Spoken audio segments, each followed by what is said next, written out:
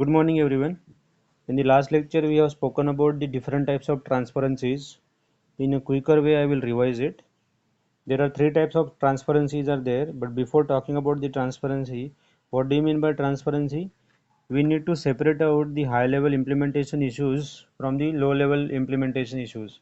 Means the high level semantics from the low level hardware details. So the user should not know, the user should feel like whenever he is using a distributed database management system, he should assume that, or he should not be what I can say, make you feel that he is using a distributed database management system. That is the motive of the DDBMS. So there are three transparencies: network transparency, replication transparency, and fragmentation transparency.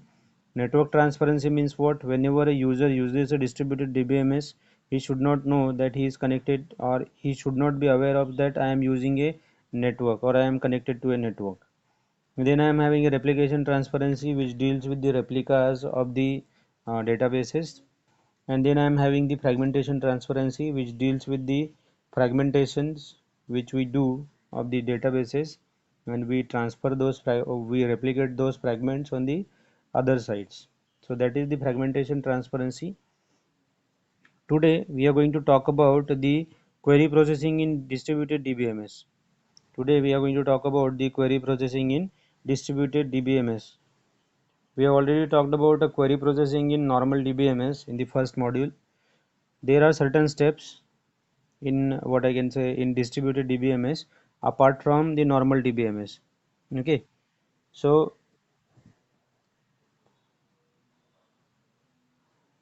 uh, the main motive or the main objective of the distributed DBMS is to present the distributed database as a normal database or as a centralized database to the user. That is the main motive. From many lectures we are talking about the same issue, that whenever a distributed DBMS is to be presented to the user, the user should feel like it is a normal DBMS.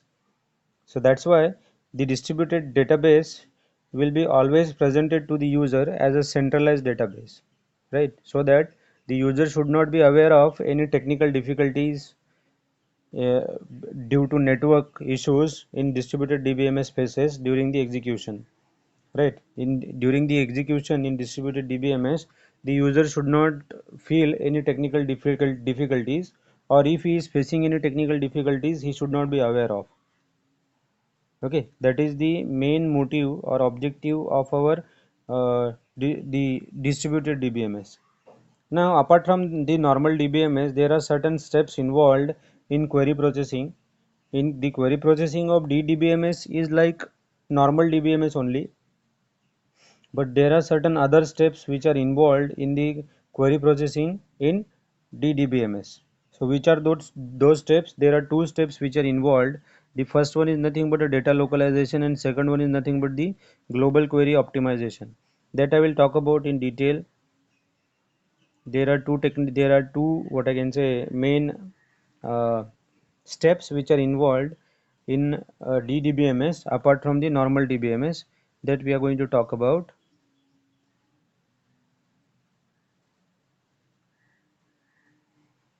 Which are those steps? The step number one, just now I have told you, the step number one is data localization, and second the step is the global query optimization, right? But now what does data localization means, and what do you mean by this global query optimization?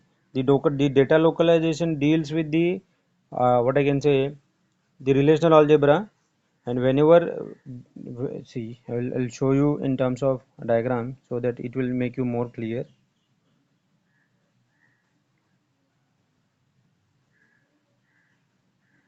So this is we have discussed in the last lecture: network transparency, replication transparency, and these are the site. There are certain issues related to sites, so that we have discussed earlier.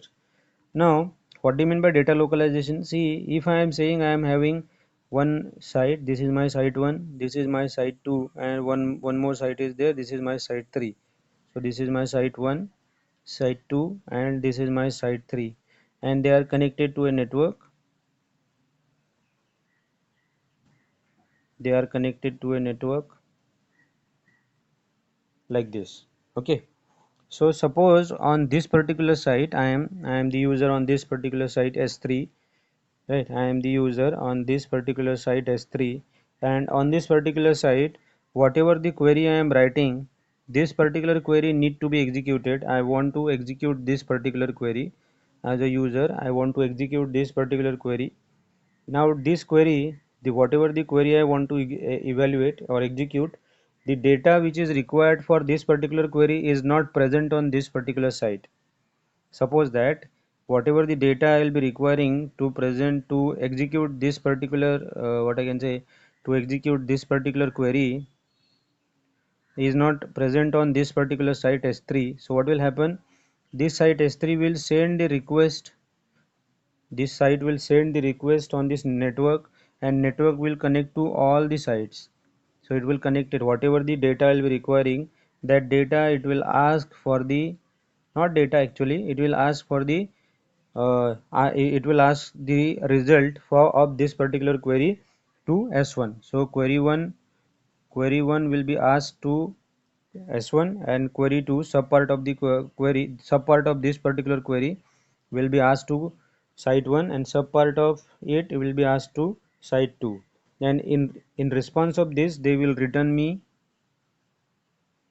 in response of this they will return me the answer. So the answer or the result of this query 1 and the result of this query 2, they will be given me. I am saying result 2 and result 1, and those that result will get combined together as a whole answer, right? That result will get composed into a single answer of this particular query, and that answer will be returned to the user. So this is nothing but a data localization. How the data is localized, you can see whatever the query I am trying to execute, whatever the query I am trying to execute, this query, the data which is required for this particular query is not present here. So what they have done, that particular data has been either brought into this particular site, either by using replication or by using fragmentation. So what they have done, I am sending the query here, one option, or another option is whatever the data will be requiring for this particular query will be copied or will be replicated from this particular site as well as this particular this particular site. या particular साईटवरनं थोडा data आणि या particular साईटवरनं थोडा data मी या site S3 वर घेऊन येणार, right? So this is called as data localization. Then the second step is there, that is called as the global query optimization. What is the use of global query optimization? The global query optimization is used to select the best physical query execution plan. We have already talked about, when we have started we have seen the architecture of the normal the architecture of the DBMS. There we have seen we are having a global query optimization technique. This global query optimization technique does what? It will select a best, it will select a best, let me change the color, it will select the best physical query execution plan, best physical query execution plan, right? And it will, might be possible that there will be number of sites involved in executing the query. Just now I have told you whatever the query I am trying to execute, he particular query या एकाच साईटवर execute होते का? नाही. There are multiple sites involved. This site S1 is also involved and site S2 is also involved. So there is a chance that there will be multiple sites involved in executing a single query. That's why a global query optimizer is there. That global query optimizer will select the best physical query execution plan, and whatever the fragments will be requiring for that particular query will be brought into that particular site, and then that query will get executed, right? So there are multiple steps involved. Apart from, there are multiple steps involved in distributed DBMS, in this what I can say, in this query processing. So the step number 1, you can see this here directly. Apart from this, apart from whatever just now I have told you, a global query execution plan, in this global query optimization technique there are multiple steps. So you can see this, I am having here,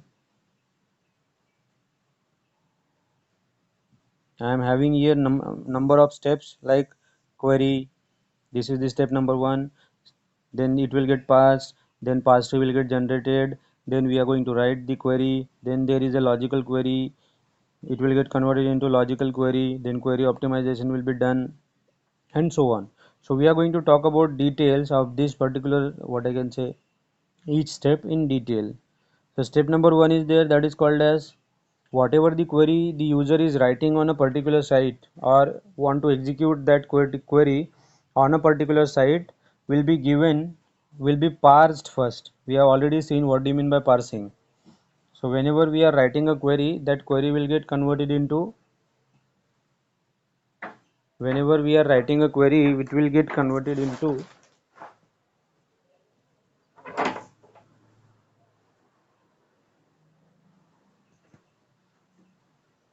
just a minute.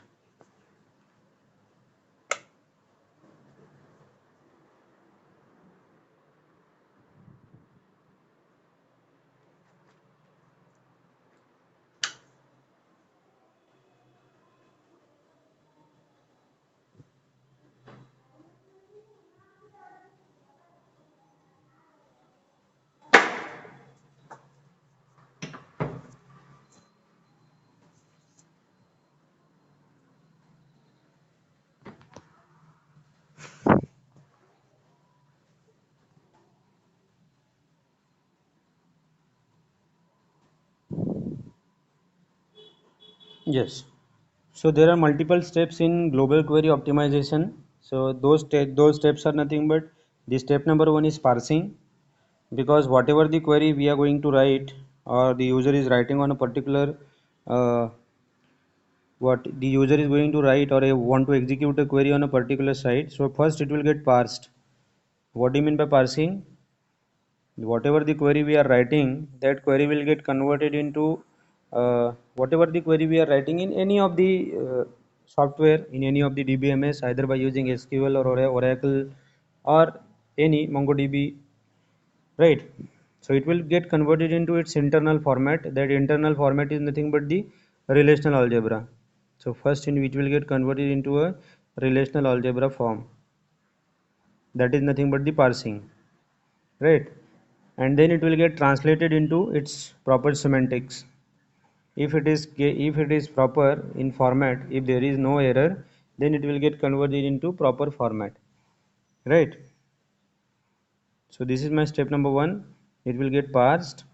Then depending on this, once it will get parsed, after that it will come into a parsing tree phase. But before parsing the tree, before converting into a parsing tree, the queries need to be rewrite. That query need to be rewrite.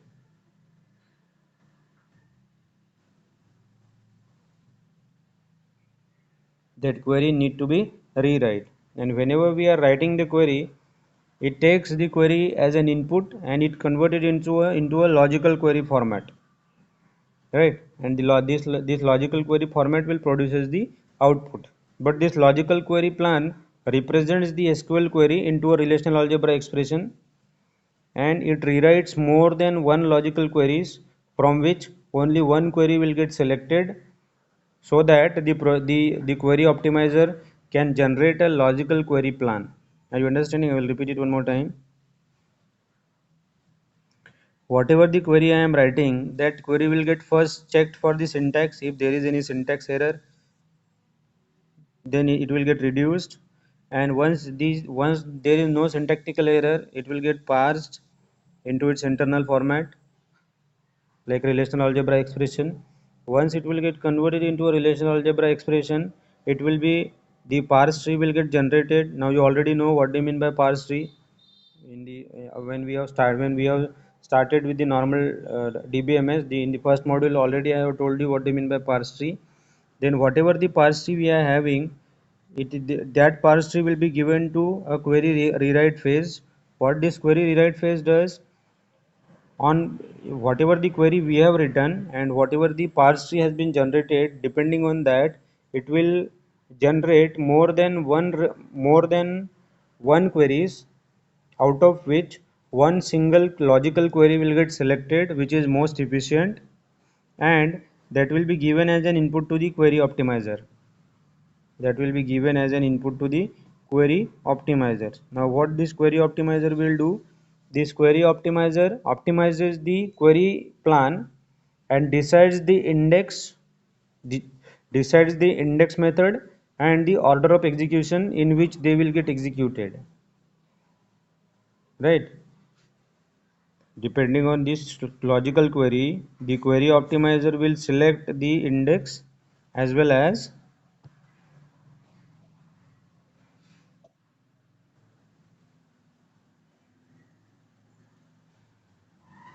it will select the index as well as the order of the execution, right? And depending on the cost, depending on the cost of the queries, though that particular query will get evaluated.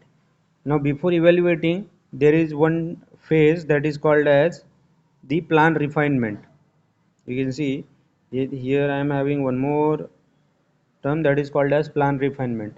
So depending on the multiple plans and their cost of the cost of each plan, depending on that, depending on the cost of each plan, the plan refinement will get done, so such that whatever the query we are going to execute, the cost of the query will get reduced, and then it will be given to a the physical query plan. Then it will be given to the physical query plan, and that plan will get executed by using the query execution engine, and the result will get stored into a database. It will get stored into a database, and whatever the result which will get generated, that will be given to the or presented to the user. So this is the uh, query execute this is nothing but the query processing in DDBMS. Okay, hope so you people have got it. If you are having any doubt, you can ask me. Already 15 minutes are over. I will record another video for the another topic.